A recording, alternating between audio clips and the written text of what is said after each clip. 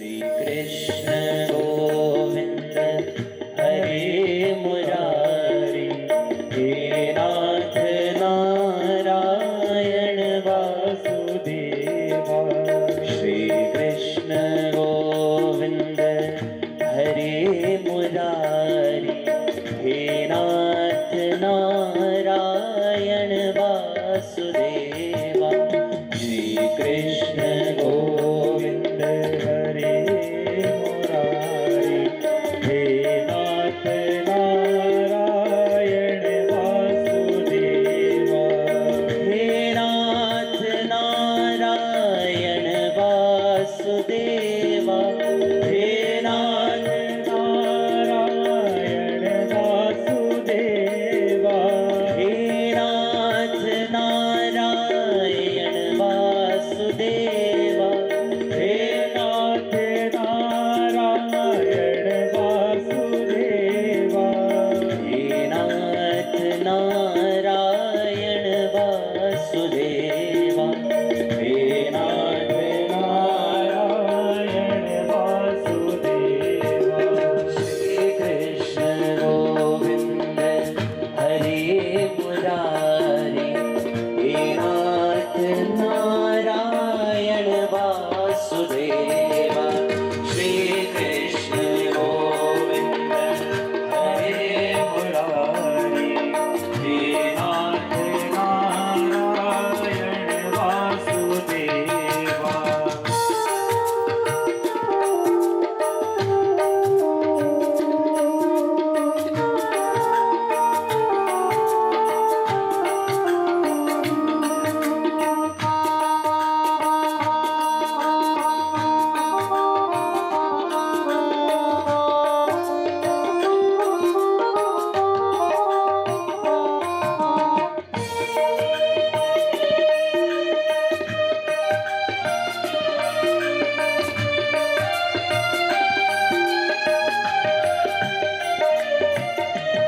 गोविंद मेरी यह प्रार्थना है, गोविंद मेरी यह प्रार्थना है।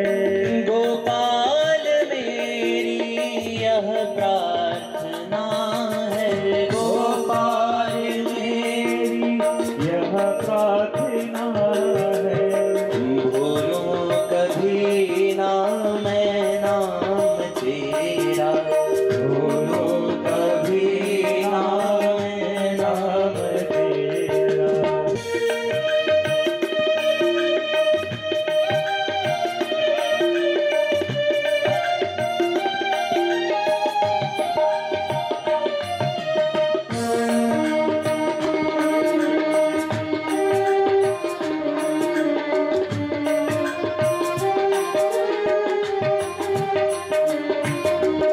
देहांत काले तुम सामने हो, देहांत काले तुम सामने हो। देहांत काले तुम सामने हो, देहांत काले तुम सामने हो। मुरली बजाते मन को लुभाते, मुरली बजाते मन को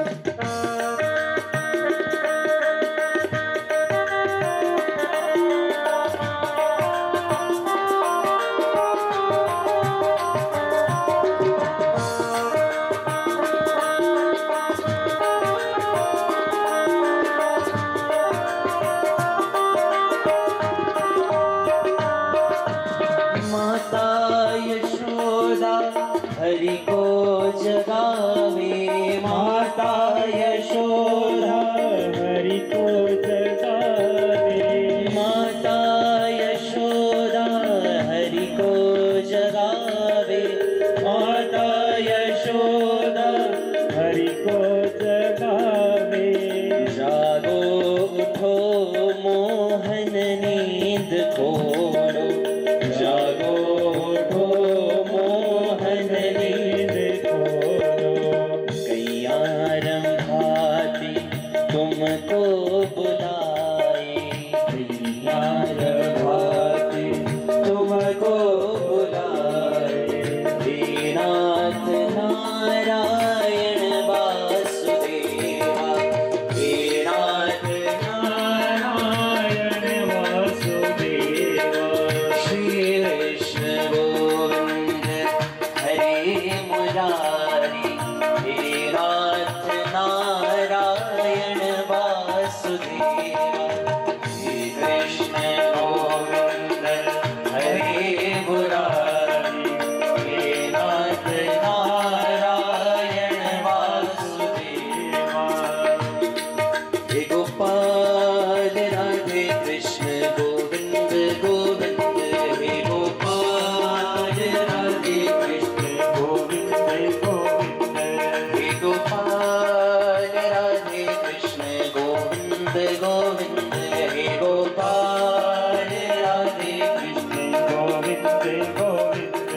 कृष्ण गोविंद गोविंद राधे गोविंद गोविंद, कृष्ण गोविंद गोविंद राधे गोविंद गोविंद, कृष्ण गोविंद गोविंद राधे गोविंद गोविंद, कृष्ण गोविंद गोविंद राधे गोविंद गोविंद।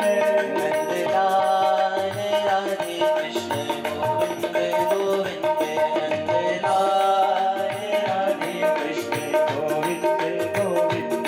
हे गोपाल राधे कृष्ण गोविंद गोविंद, हे गोपाल राधे कृष्ण गोविंद गोविंद। नंदलाल राधे कृष्ण गोविंद गोविंद, नंदलाल राधे कृष्ण गोविंद गोविंद। हे गोपाल राधे कृष्ण गोविंद गोविंद, हे गोपाल राधे कृष्ण गोविंद गोविंद। बोले वृंदावन बिहारी लाल की जय, बोले श्री राधा रानी सरकार की जय। संग में राधे विराज मेरे माधवा रे, संग में राधे विराज मेरे माधवा रे, संग में राधे विराज मेरे माधवा रे, संग में राधे विराज मेरे माधवा रे। ओ गाओ गोविंद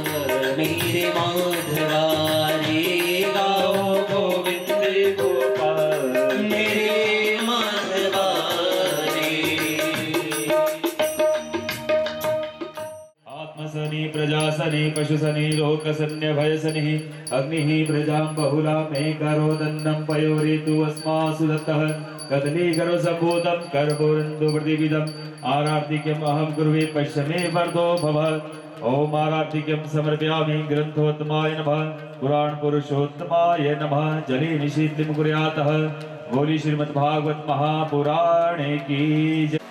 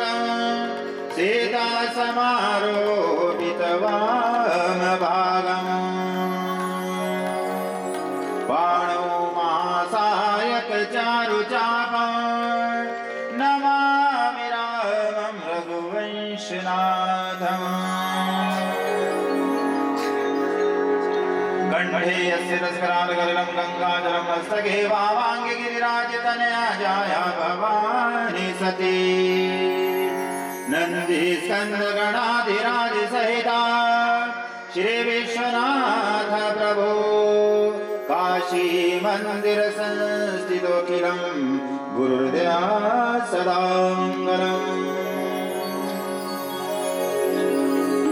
शरणागत दीनार्थ परित्राण परायणे सर्वस्यार्ति हरे देवी नारायणी नमोस्तुते। ज्ञानिनामपि चेतांसि देवी भगवते सा बलादाकृष्य मोहाय महामाया पृच्छति। मूकं करोति वाचालं पंगुं लङ्घयते गिरिं यत्कृपातमं वन्दे परमानन्दमाधवम्। वसुदेवसुतं देवं कंसचाणूरमर्दनं देवकी परमानन्दम् कृष्णं वन्दे जगद्गुरुम्। जय जय राधारमण प्रभु जय जय नवल किशोर जय गोपीचित चोर प्रभु जय जय माखन चोर। राधा मेरी स्वामिनी मैं राधे जू खुदा जन्म जन्म मोहे दीजियो श्री वृंदावन वास। बोले वृंदावन बिहारी लाल की शंकर भगवान की गुरु महाराज की जय। गोविंद गोविंद गोपाला भज गोविंद गोविंद गोपाला भज गोविंद गोविंद गोपाला भज गोविंद गोविंद गोपाला। मेरा मुरली मनोहर नंदलाला मेरा मुरली मनोहर नंदलाला भज गोविंद गोविंद गोपाला भज गोविंद गोविंद गोपाला। मीरा ने पुकारा सहारा दिया मीरा ने पुकारा सहारा दिया। मीरा ने गोविंद गोपाला भज गोविंद गोविंद गोपाला।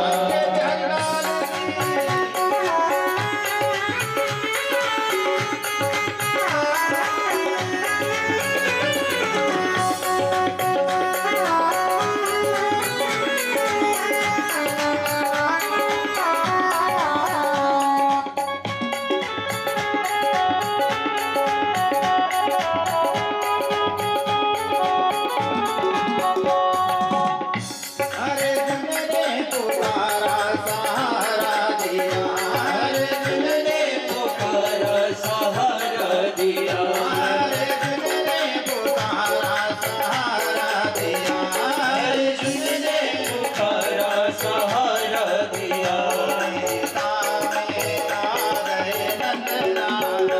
गीता में आ गए नंदलाला गीता में आ गए नंदलाला गीता में आ गए नंदलाला। भज गोविंद गोविंद गोपाला भज गोविंद गोविंद गोपाला भज गोविंद गोविंद गोपाला। खुदा माने पुकारा सहारा दिया खुदा माने पुकारा सहारा दिया खुदा माने पुकारा सहारा दिया। चावल में आ गए नंदलाला चावल में आ गए नंदलाला भज गोविंद गोविंद गोपाला भज गोविंद गोविंद गोपाला।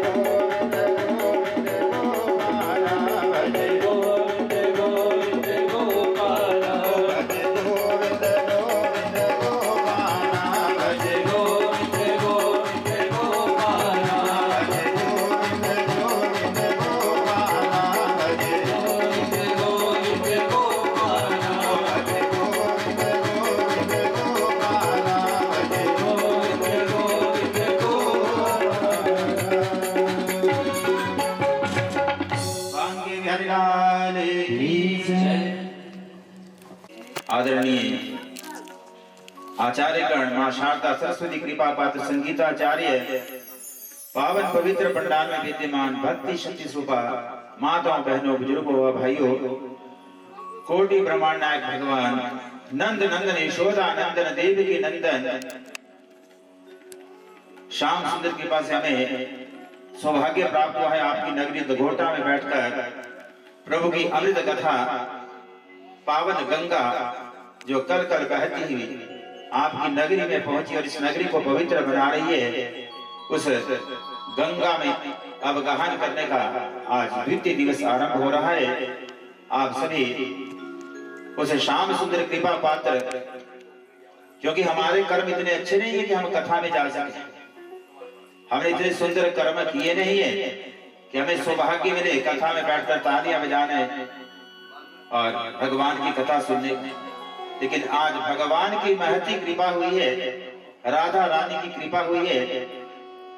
ये भक्ति जो है उस मैया की जो इस धरा धाम को छोड़कर अपनी लंबी यात्रा पे गई है, उनके पुण्य कर्म उदय हुए हैं और हमारा भाग्य भी जागा है और हम भी यहाँ बैठकर कथा सुन रहे हैं, अपने जीवन को धन्य बना रहे हैं। जन्मांतरे भवेत् पुण्यं तदा भागवतम लभे, जब मानव के जन्म जन्म अनेक जन्मों के शुभ कर्म उदय होते हैं तो हमें भगवान की कथा मिलती है। प्रत्येक बड़े बड़े धनाढ़ सेठ लोग वो भी सोचते हैं कि मेरे हाथ से भी दान पुण्य हो, लेकिन जब तक भगवान की कृपा ना हो तो हमें महाराज कथा करवाना दूर की बात है, कथा में जाकर बैठने का सौभाग्य भी नहीं मिलता है।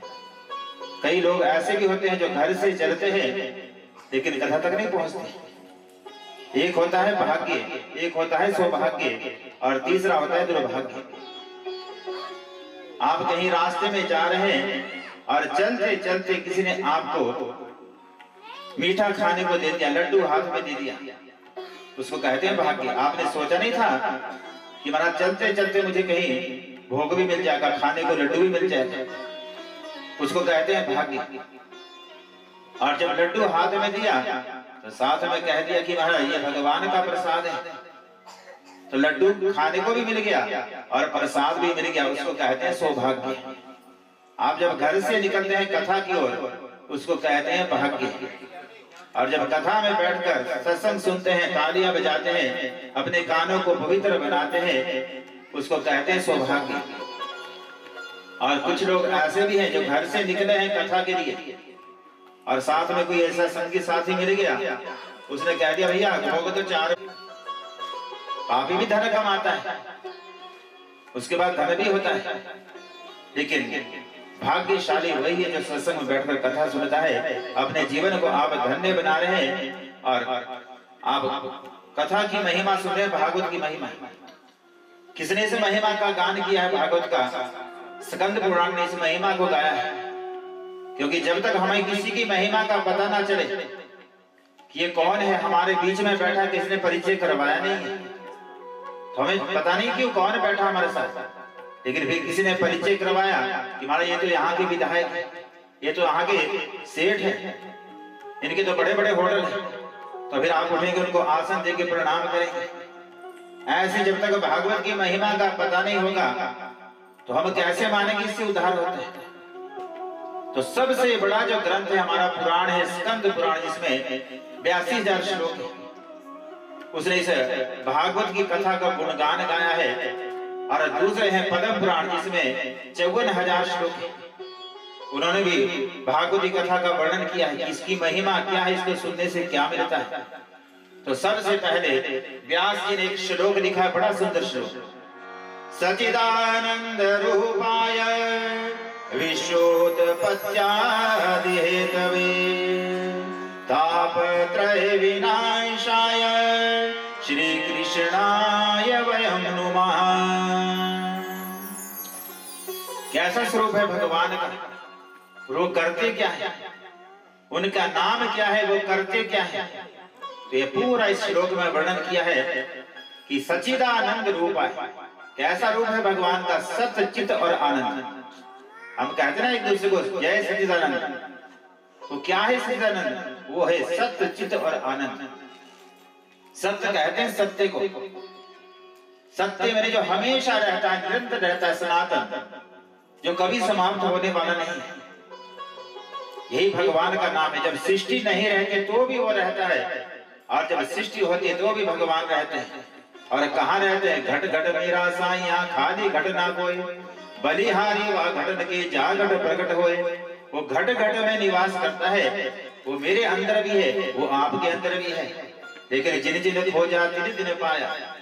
जो महाराज उसकी खोज करते हैं, जैसे दूध के अंदर दही है, लेकिन दूध को जमाना पड़ेगा, उसका दही बनाना पड़ेगा, फिर उसको लोहना पड़ेगा, संघर्ष करना पड़ेगा, तब जाकर कहीं माखन निकलेगा। माखन को गर्म करना पड़ेगा, तब जाकर घी तैयार होता है, और फिर मिठाइयां बनती है। ऐसी गन्ने में गुड़ है, लेकिन उसका मंथन करना पड़ेगा, रस निकालना पड़ेगा, तो चीनी खाने को मिलती है। ऐसे प्रत्येक प्राणी के अंदर भगवान निवास करते हैं, लेकिन जो खोजेगा, अपने अंदर झांकेगा, उसी को भगवान मिलते हैं। इसे अपने अंदर भी देखा करो। शाम को बैठकर सोचा करो को हम कुता आया था, मैं कौन हूं और कहां से आया हूं। क्या ये संसार मेरा है? क्या घर बार मेरा है? यदि मेरा होता तो महाराज हम छोड़कर क्यों जाते इसको? अपने जीवन की कमाई से मकान को बनाने में लगा दी। सारी उम्र महाराज बूढ़े भी हो गए, लेकिन कमाना नहीं छोड़ा। सोचता हमारा इधर से धन आ जाए, उधर से धन आ जाए। हम कमाते कमाते ये भूल जाते कि हमें जाना भी होगा। और फिर अंतिम समय क्यों रोता है? उसे होटल की ओर देखता है, उसे घर की ओर देखता है, अपने व्यवसाय की ओर देखता है, व्यापार की ओर देखता है, और फिर आंखों में आंसू आते हैं। और बेटा क्या सोचता है कि हमारा पिताजी ने कहीं धन रखा है, कहीं एफडी अलमारी में रखी होगी, तो हमें बताना भूल गए हैं, इसी आंखों से आंसू आए। अरे वो तो पछता रहा है कि हमारा जीवन निकाल के इसी कमाने के धंधे में अब जा रहा हूं, और भगवान के पास क्या शक्ल दिखाऊं? तो हम क्यों इस संसार में आए हैं? भगवान ने हमें कुछ छुट्टियां दी हैं। जैसे होता है ना, स्कूल में आप जाते हैं, सभी स्कूल में पढ़े हुए, और फिर जब 2 महीने की छुट्टियां आती है ना, पहले 2-2 महीने की छुट्टियां होती थी, और सभी बड़े खुश होते थे। और जिस दिन अंतिम सब दिन जाते ना स्कूल में, उस दिन किताबें भी कम ले जाते कि आज तो बस छुट्टियां हो जाएगी 2 महीने की। बड़े खुश होते हैं कि मास्टर जी बस आधे दिन में छुट्टियां कर देंगे। और सभी प्रोग्राम बनाते हैं कि हमारा मैं नानके में जाऊंगा, मामे के घर जाऊंगा, मैं बुआ के घर जाऊंगा। और जब छुट्टियां होने का समय आता है तो मास्टर जी सबको बिठाते हैं, और गुरुजी कहते हैं कि भैया ये तुमने काम करना है छुट्टियों में, ऐसा ना हो कि तुम पढ़ना भूल जाए। तो हमें छुट्टियों का काम दे दिया। फिर खुशी थी कि छुट्टियां मनाएंगे, मामी के घर जाएंगे, मामा के घर जाएंगे, लेकिन गुरुजी ने फिर काम भी दे दिया। अब घर पहुंचे, अब जो तो होशियार होता है, जिसको गुरुजी का डर होता है, वो तो सबसे पहले हमारा काम करता है। ये भी कर दिया, हमारा ये भी कर दिया, 10-20 दिन में सारा काम कर दिया, और फिर आराम से छुट्टियां बिताने जाते हैं। और जो हमारे जैसे भी होते कई लोग, वो क्या करते हैं कि हमारा काम बाद में करेंगे, पहले मामा की खा लेते हैं। 2 महीने की छुट्टियां थी, अब दिन बच गए हैं 10, और 2 महीने का काम 10 दिन में कहाँ होगा? फिर घर वाले बुलाते कि आ जाओ भैया, अब छुट्टियां पूरी होने वाली है, अरे काम भी तो करना है। फिर मास्टर जी का डर भी लगता है, और जल्दी जल्दी काम करने लगता है, लेकिन काम होता नहीं। कभी बहन को देगा, कभी भाई को देगा, होते होते हमारा अंतिम दिन हो गए, छुट्टियां पूरी हो गई, और जिसने काम किया है वो तो खुशी से स्कूल जाएगा, और जिसने काम नहीं किया वो बहाना बनाएगा कि मम्मी मेरे पेट में दर्द हो रहा है, आज नहीं जाऊंगा।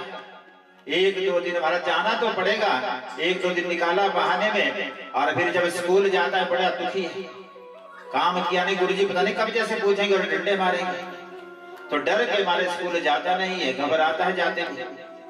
ऐसे ही भगवान ने हमें छुट्टियां दी है, हम भी यहाँ छुट्टियां मनाने आए हैं।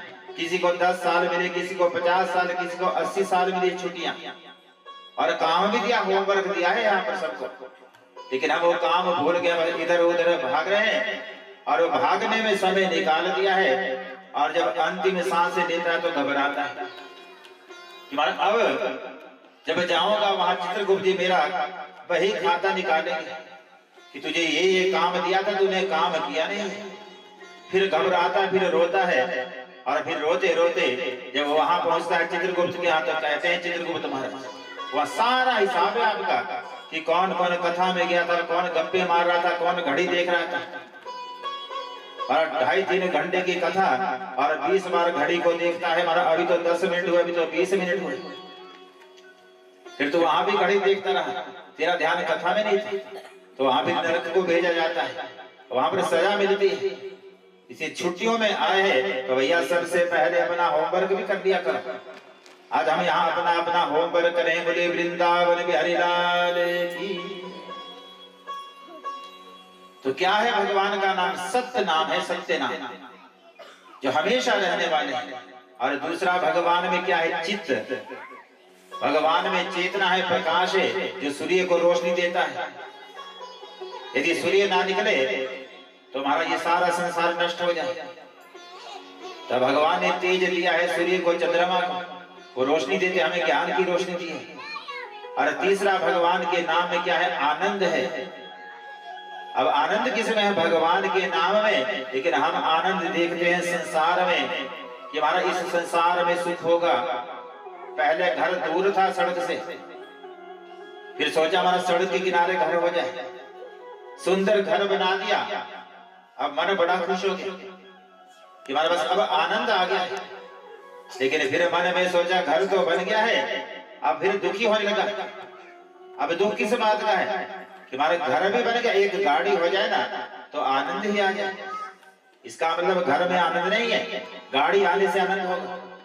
अब घर में गाड़ी भी आ गई, अब थोड़े दिन बाद सोचता है कि हमारा ये मॉडल तो पुराना हो गया है, अब लेटेस्ट मॉडल, नया नया मॉडल आना चाहिए।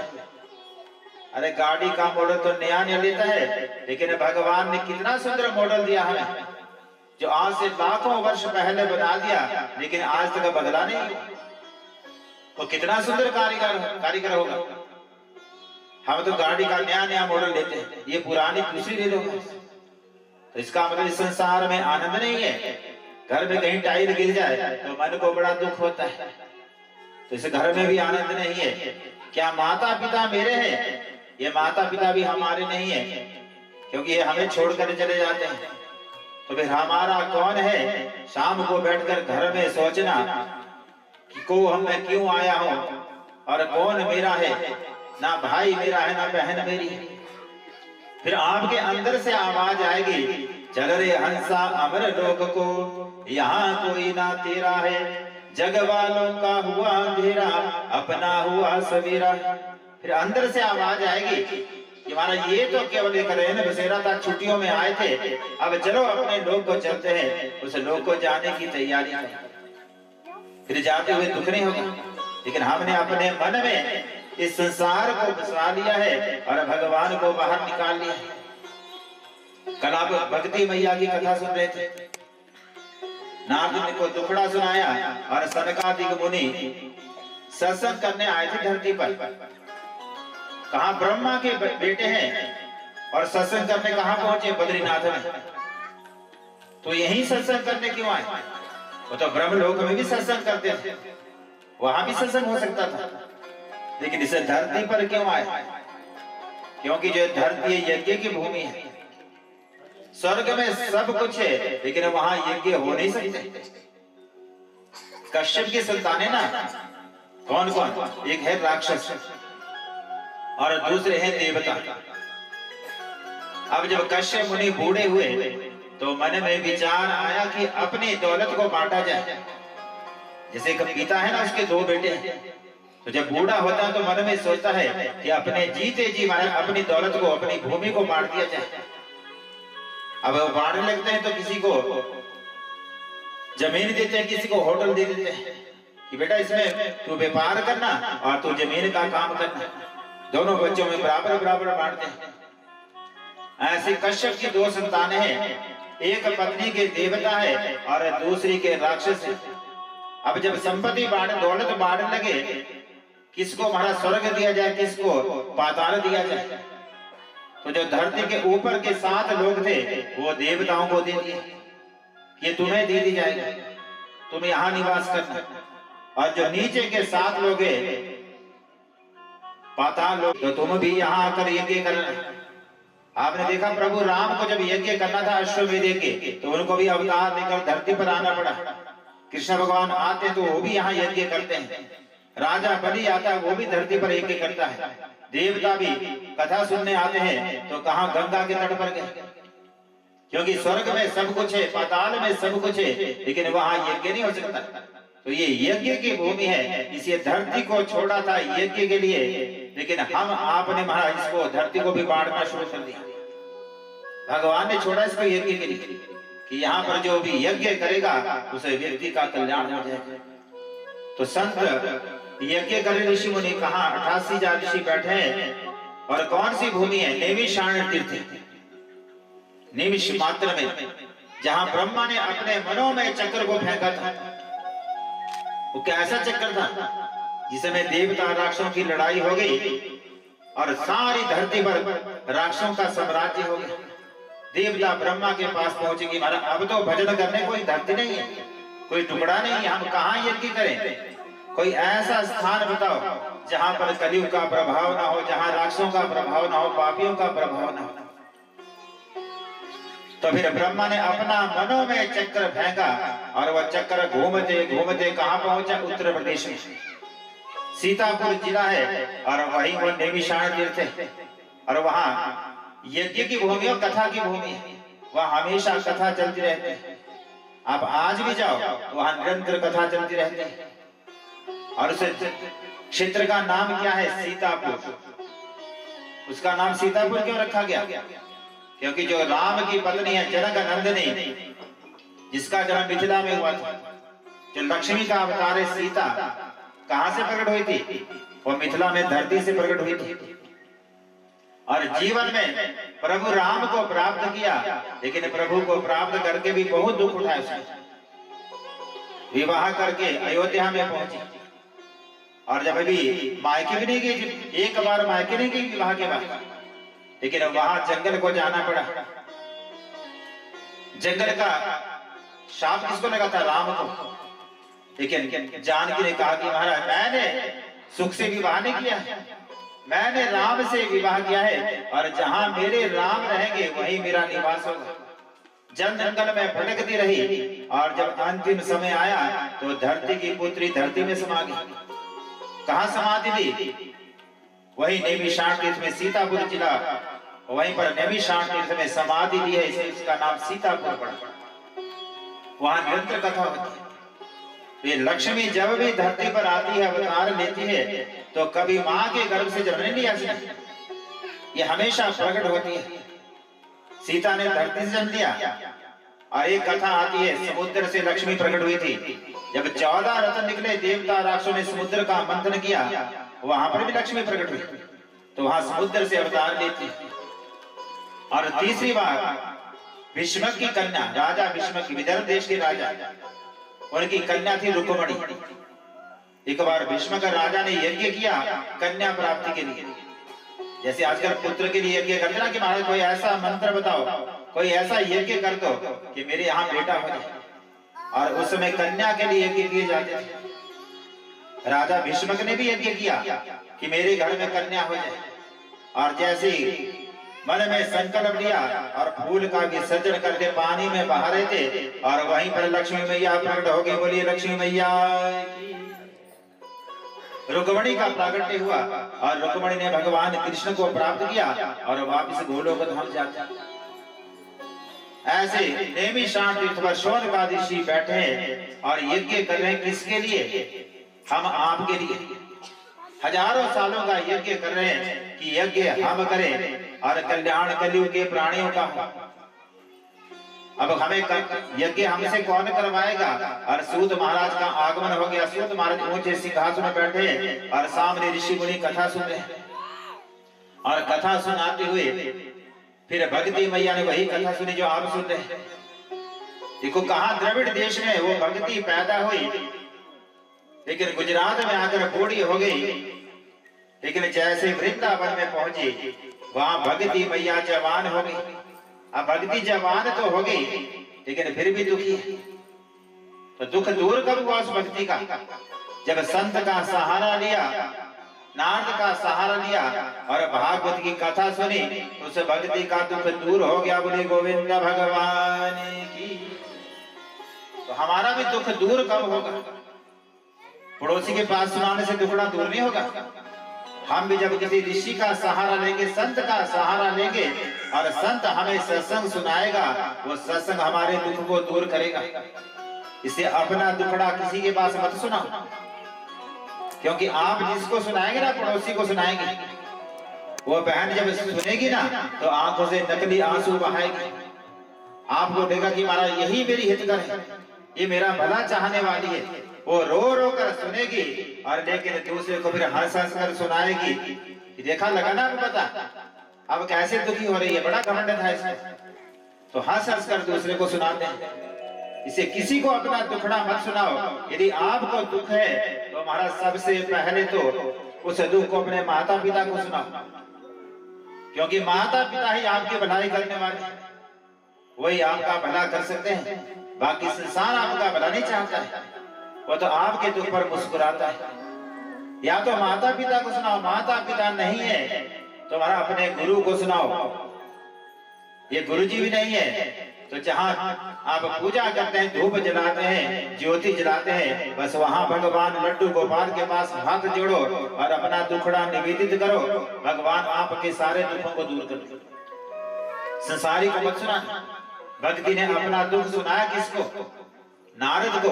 और नारद ने सनकादिक मुनियों को सुनाया। सनकादिक मुनि ने कथा सुनाई भगवान की और भक्ति के बेटे जवान हो गए। भक्ति नाचती हुई प्रकट हुई और कहती है, नारद अब मैं कहाँ बैठूंगी? मुझे बैठने को स्थान चाहिए, बताओ मैं कहाँ बैठूं? तो नारद ने एक स्थान दे दिया कि जहाँ कलयुग में भगवान की कथा होगी, हे भक्ति मैया तू वहां पर भक्तों के मन में निवास करना। लेकिन हमने मन में किसको बिठाया है? हमने संसार को मन में बिठा दिया है और भगवान को बाहर निकाल दिया है। तो प्रेम कलियति सांकरी जामे दौड़ा समय, जब मैं था तब हरि नहीं, अब हरि है मैं नहीं। इसमें एक ही रह सकता है, या तो इसमें भगवान रहेंगे या इसमें अभिमान रहेगा। इसे अभिमान को मन से बाहर निकालो, क्योंकि मन ही महाराज भगवान से मिलाता है और मन ही करावे फजीयत। यही हमारी बेइज्जती करवाता है। हमारे 10 इंद्रियां है ना, आंख नाक कान इत्यादि 10 इंद्रियां शरीर में, और उनका मालिक कौन है? उनका मालिक है मन। बस ये आंखें वही देखेगी जो मन करता है, मन चाहता है। हाथ वही करेंगे जो मन चाहता है। ये पांव वही जाएंगे जो मन चाहेगा। इसी से मन को भगवान से जोड़ेंगे तो हमारा भगवान मिल जाएंगे, और इसको संसार से जोड़ा तो हमारा पतन होगा। ये जो मनुष्य ने बीच का भागेंगे, भगवान की कृपा हुई है। यहाँ से हम ऊपर देखेंगे तो भगवान का धाम मिलेगा, और यदि हमने नीचे झांकना शुरू किया तो हमें फिर क्या मिलेगा? हमें नरक की प्राप्ति होगी। इसे मानव का प्रयास होता है ऊपर जाने का। हमारा प्रत्येक प्रयास होता है, कोशिश होती है कि हमें भगवान का धाम मिले, हमारे बुजुर्गों को, हमारे पितरों का भी उद्धार हो। तभी तो कथा करवा रहे, दान पुण्य करते हैं। हमारा प्रत्येक प्रयास होता है। माताएं अपना मांग भरती ना, सिंदूर भरती है मांग में, तो किधर? ऊपर की ओर भरती है। हम तिलक लगाते हैं, ऊपर की ओर लगाते हैं। इसे प्रत्येक प्रयास में ऊपर जाने के लिए होना चाहिए। जबकि स्वभाव से मन का इसकी गति नीचे को होती है। जैसे पानी है ना, पानी जल, उसकी गति क्या है? आप ऊपर को भी फेंकेंगे फिर भी नीचे की ओर जाएगा। उसका स्वभाव है नीचे जाने का। आपने यहाँ लोटा गिरा दिया तो पानी नीचे की ओर बहना अपने आप शुरू कर देगा। उसको नीचे जाने के लिए कोई यंत्र नहीं लगाना पड़ता है, कोई प्रयास नहीं करना पड़ता है। हाँ, ऊपर ले जाना हो ना तो प्रयास करना पड़ेगा। छत पे ले जाना है तो महाराज फिर श्रम लगता है, जोर ताकत लगती है। या फिर कोई यंत्र बनाएंगे, कोई मोटर लगाता है उस पानी को ऊपर चढ़ाने के लिए। जैसे पानी को ऊपर चढ़ाने के लिए यंत्र की आवश्यकता पड़ती है, ऐसे इस मन को भगवान से जोड़ने के लिए मंत्र की आवश्यकता पड़ती है। बोलिए गोविंद भगवान की। तो मंत्र किससे मिलेगा? वो मंत्र मिलेगा गुरु महाराज से। इसे जुड़ना चाहिए हमें। किससे जुड़ना चाहिए? हमें गुरु से जुड़ना चाहिए। और गुरु हमें किससे मिलाएगा? गुरु हमें भगवान से मिला देगा। क्योंकि जो पहले जुड़ा हुआ है ना, उसके साथ जुड़ोगे तो भव से पार लग जाओगे। किसी ने करंट का, बिजली का तार पकड़ा, उसको करंट लग रहा है, तो आपको तार पकड़ने की जरूरत नहीं है। आप उस व्यक्ति को पकड़ लो, जैसा झटका उसको लगेगा वैसा ही आपको लग जाएगा। ऐसे जो भगवान से जुड़ा हुआ है, आप भी उसका पल्लू पकड़ लो, आप भी भव से पार लग जाओगे। ऐसे आप कितने मंत्र याद कर लो, लेकिन जब तक आपने गुरु के मुख से मंत्र सुना नहीं, गुरु दीक्षा ली नहीं है, तो हमारा कितने मंत्र डरो, वो आपके काम नहीं आएंगे। जैसे आप किताबें पढ़ लो, आपने बहुत सी किताबें पढ़ ली, आपने पहली से पढ़ना शुरू कर दिया, 10वीं तक पढ़ गया, किताबें सारी पढ़ ली, लेकिन पेपर दिया नहीं, एग्जाम दिए नहीं, आपने पेपर दिया नहीं, तो आपको डिग्री नहीं मिलेगी, डिप्लोमा नहीं मिलेगा, और वो पढ़ाई आपके काम नहीं आएगी। चाहे आप 10वीं तक पढ़ाई कर लो, पेपर दिया नहीं, डिग्री मिली नहीं है, आप कहीं जाओ नौकरी के लिए कि मारा मैं तो बहुत पढ़ा हुआ हूँ, कि दिखाओ हमारा सर्टिफिकेट दिखाओ, अपने प्रमाण पत्र दिखाओ, वो प्रमाण पत्र है नहीं, तो आपको हमारा नौकरी नहीं मिलेगी। ऐसे आपने मंत्र खूब रट लिए, लेकिन गुरु मुख से सुना नहीं है, गुरु ने कान में मंत्र दिया नहीं है, तो ना सिद्धि नाच सदगति तस्मा सद्गुरु नाम दीक्षितो भवेत। गुरु दीक्षा विहीन से ना सिद्धि नाच सदगति। जो गुरु के साथ जुड़ता नहीं है, ना उसको सिद्धि प्राप्त होती है, ना उसकी सदगति होती है। इसे किससे जुड़ना चाहिए? मानव को प्रयत्न करना चाहिए, सदगुरु नाम दीक्षितो भवे, सदगुरु की शरण में जाए। हमारा सदगुरु कहाँ मिलेगा? क्योंकि आजकल भ्रांतियां बहुत है। हम बाहर से देखते हैं कि हमारा जो टीवी पर आते हैं वो अच्छे संत हैं, लेकिन ये पता नहीं है जो बाहर से अच्छा दिखता ना वो नकली होता है। बद जाना बाहर की रिझाई, जो बाहर से सौंदर्य है ना वो तो नकली होता है, असली वही होता है जो हमेशा छुपा रहता है, तो अपना दिखावा नहीं करता है। फिर कैसे महाराज हमें किसकी शरण में जाना है, किसको गुरु बनाना चाहिए, और गुरु संत कैसा होना चाहिए, ये क्या पहचान है उसकी? तिदिश्वा कारुणिका सुविधा सर्वदेहि नाम अजात शत्रु शांता साधव साधु भूषण। कैसा होता है वो तितिक्ष्वा? वो किससे बैर नहीं करता, द्वेष नहीं करता, वो जलन नहीं करता है। कारुणिका सब पर दया करता है। सुहृदा वो हमेशा आपका भला चाहता है। ऐसे संत की शरण में जाओ जो हमेशा आपका भला ही चाहता है, जो करुणा करने वाला हो।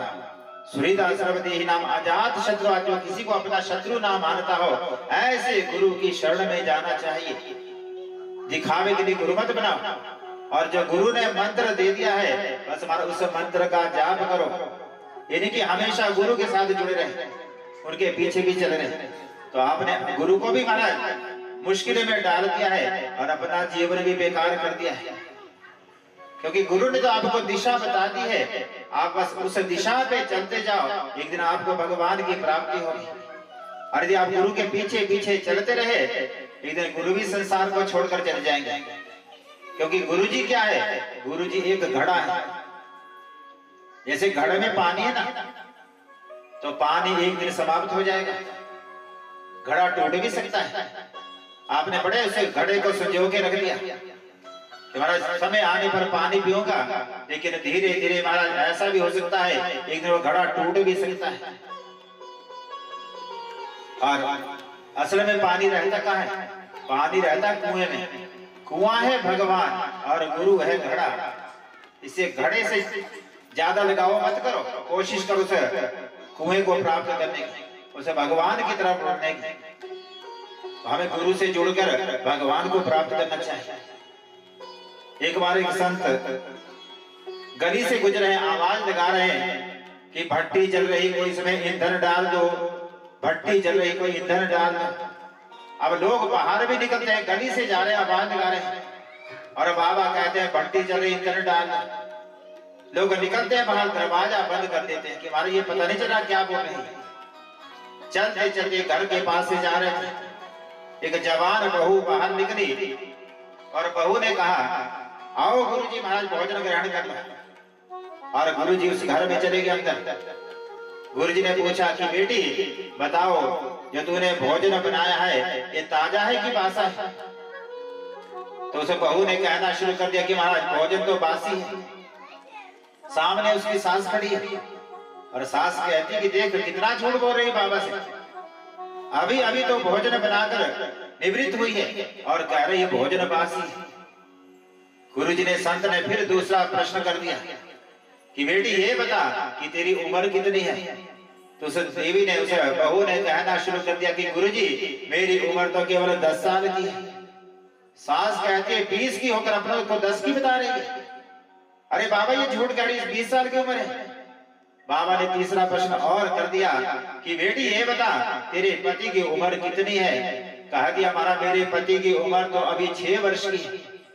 सास को और गुस्सा आ गया और सास कहती है कि संत बाबा जब से तुम आए ना तूने पता नहीं क्या मेरी बहू के सिर में डाल दिया, ये झूठ पे झूठ कह रही जा रही है। बाबा ने कहा तुम चुप हो जाओ, बता बेटी ये जो तेरी सास बकबक कर रही है इसकी उम्र कितनी है? तो बहू ने कह दिया हमारा इसकी उम्र तो अभी 3 साल की है। बोली गोविंद भगवान की। सास कहती देख अपने को 10 की बताती है, पति को 6 की बताती है और मुझे 3 की बताती। जब मैं 3 साल की तो मेरा बेटा 6 साल का कैसा हो गया? तो झूठ कह रही है। बाबा ने फिर पूछा ये बता कि तेरे ससुर की उम्र कितनी है? तो बहू कहती हमारा ससुर का तो अभी जन्म नहीं, हो तो पैदा भी नहीं हुए अभी। सास को बड़ा गुस्सा आ गया और बालों से पकड़ने को तैयार हो गई। संत ने कहा तुम ठहर जाओ, मैं इससे पूछता हूँ कि झूठ क्यों बोल रही है। बाबा ने पूछा कि बेटी मैं कह रहा था कि भट्टी जल रही, कोई ईंधन डाल दो, तूने कैसे समझा कि मुझे भूख लगी? उनका मतलब था कि मेरे अंदर भट्टी जल रही है, मुझे भूख लग रही है पेट में, कोई मुझे भोजन दे दो। बाबा मैं सत्संग में जाते हो और मैं आपके आशिक को समझ गई कि आप क्या कहना चाहते हैं। इसे मैंने कहा कि आ जाओ हमारा भोजन ग्रहण करें। फिर जब मैंने पूछा कि भोजन ताजा है कि बासी है, तो तूने क्यों कह दिया कि भोजन तो बासी है? तो उस देवी ने, उस बहू ने कहना शुरू किया कि हे गुरुजी जो हमने पिछले जन्म में कमाया था उसको हम आज खा रहे हैं, और जो आज दान करेंगे, आज हम नाम देंगे, दान देंगे, उससे हमारा भविष्य बनता है, अगला जन्म बनता है, अगला जन्म सुधरता है। जो हमने पहले जन्म में दान किया था वो आज खा रहे हैं और आज देंगे तो अगला जीवन बनेगा, उससे सुंदर जीवन बनेगा। तभी तो कोई अमीर है, कोई गरीब है, कोई भिखारी बनकर मांगता है। क्यों मांगता है? जिसने दिया नहीं है आज वो दर दर की ठोकरें खा रहा है। इसे मानव को दान करना चाहिए। अच्छा फिर मैंने पूछा था कि तेरी उम्र कितनी है? तूने 10 साल क्यों बताया? कहा उम्र तो 20 साल की है, 10 साल तो खाने पीने में लगे, और जब मैं 10 साल की पूर्ण हुई तो मेरे पिताजी मुझे गुरुजी के आश्रम में ले गए और वहां मैंने गुरुजी से मंत्र लिया और आज 10 सालों से उस मंत्र का जाप कर रही हूँ। इससे असल में जो मेरी उम्र है, जो मैं भगवान से जुड़ी 10 साल से भजन कर रही हूँ, तो असल उम्र मेरी 10 वर्ष की है, बाकी जीवन मेरा बेकार चला गया। तो उम्र वही होती है जब हम भगवान से जुड़ते हैं। अरे भरने को तो पशु भी पेट भरते हैं, वो भी खाते हैं, हमारे उनको कमाने की जरूरत नहीं पड़ती है, वो भी खाते रहते, वो भी भूखे नहीं मरते। लेकिन पराया दर्द जो अपनाए उसे इंसान कहते हैं, किसी के काम जो आए उसे इंसान कहते हैं। भगवान ने सुंदर शरीर दिया है, हाथ पांव दिए, कमाने के लिए दिए, हमारे हाथ दिए हैं, कथा सुनने के लिए कान दिए, लेकिन फिर भी इनका हमने सदुपयोग नहीं किया, तो फिर भगवान क्या करें? अच्छा तूने कहा कि तेरे पति 6 साल के, कहा हमारा जब मैं यहाँ आई ना तो यहाँ कोई भगवान का भजन नहीं करता था। मैंने बार बार पति को कहा कि आप भी चलो सत्संग में, आप भी मंत्र दान ले लो, तो 6 साल से मेरे पति भी भगवान का भजन कर रहे, इसकी उम्र है 6 साल की। और इस सास को मैंने बार बार कहा तुम भी चलो, तुम भी चलो, तो 3 साल इसने भी मंत्र लिया है, ये भी भगवान का भजन कर रही है, तो इसकी भी असल में उम्र जो वो 3 साल की है तो 80 साल की, लेकिन जब से भगवान से जुड़ी है, सत्संग में गई तो महाराज ये 3 साल से सत्संग में जा रही है, इसे इसकी उम्र है 3 साल की। और कहा ससुर के अभी जन्म नहीं हुआ, क्यों तो खाता पीता रहता है और भगवान का भजन करता नहीं है। तो जो भगवान का भजन नहीं करता, सत्संग नहीं सुनता, उसको क्या कहते हैं? खर कहते हैं उसको, खर कहते हैं गधे को। वो गधे की तरह बस कमाता रहता है, जैसे गधा कमाता ना, उसका मालिक सारा दिन उसको लादता है, गर्दन नीचे रहती है और सारा दिन कमाता है और शाम को डंडा मारता है और जंगल की ओर जाता है, भेज देता है।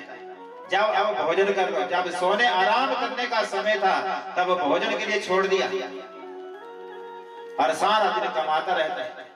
ऐसे मानव भी हमारा सारा दिन कमाता है और फिर घर में जब आता है तो गर्दन नीचे रहती है, पत्नी पूछती हमारा क्या कमा के लाए, तो सारी उम्र परिवार का बोझा ढोते ढोते और वो भी गधे की तरह जीवन व्यतीत करता है। गधा भी बड़ा खुश होता है कि हमारा मुझ में और इसमें क्या अंतर है। अरे भगवान इसको सौभाग्य दिया है, ये जीवन दोबारा नहीं मिलेगा। बाहर कुत्ता भी बैठा ना, वो भी सोचता है काश मुझे भी ये जीवन मिलता, मनुष्य की योनि मिलती, मैं भी हाथों से तालियां बजाता, मुझे भी हाथ इतने तालियां बजाने वाले, तो मैं भी तालियां बजाता, मुझे भी जीवा देती गाने वाली, तो महाराज मैं भी गाता। लेकिन ये मनुष्य कैसा है, भगवान इसको तालियां बजाने वाले हाथ भी दिए हैं, इसको गाने वाली जीवा भी दी है, लेकिन फिर भी भगवान का भजन नहीं करता। तो कुत्ता सोचता महाराज इससे बढ़िया तू मेरे साथ आ जाएगा, ये जीवन दोबारा नहीं मिलेगा, ये हाथ तालियां बजाने वाले दोबारा नहीं मिलेंगे। इससे जब तालियां बजाने वाले हाथ भगवान ने दिए हैं ना, तो इसका भी सदुपयोग किया करो और अपने मन से कहना, क्या कहना, आमन बैठ जरा घनश्याम जी के चरणों में, ओ आमन बैठ जरा घनश्याम जी के चरणों में, श्याम जी के चरणों में, ओ श्याम जी के चरणों में, घनश्याम जी के चरणों में, ओ श्याम जी के चरणों में, घनश्याम जी के चरणों में, आमन बैठ जरा घनश्याम जी के चरणों में, श्याम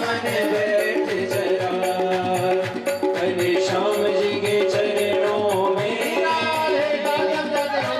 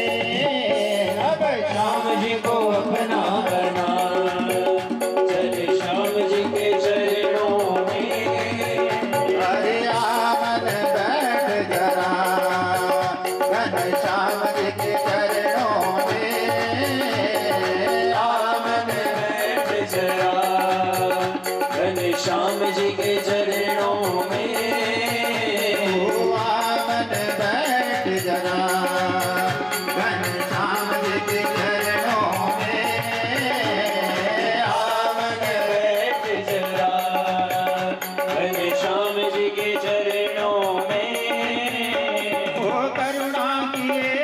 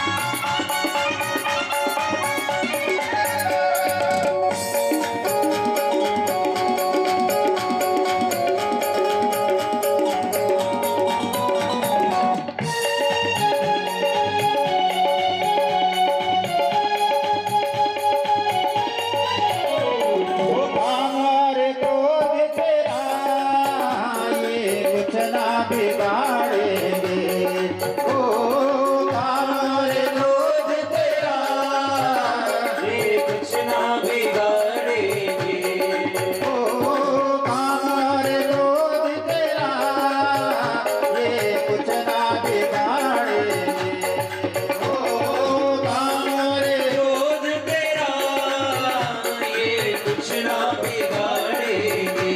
ओ नाम वाली जोत जगा, ओ नाम वाली जोत जगा, नाम वाली जोत जगा, घनश्याम जी के चरणों में नाम वाली जोत जगा, घनश्याम जी के चरणों में।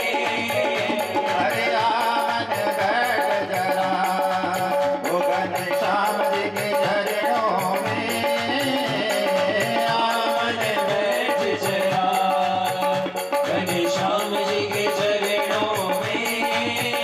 अरे आमन बैठ जरा, ओ घनश्याम जी के चरणों में आमन बैठ जरा, घनश्याम जी के चरणों में।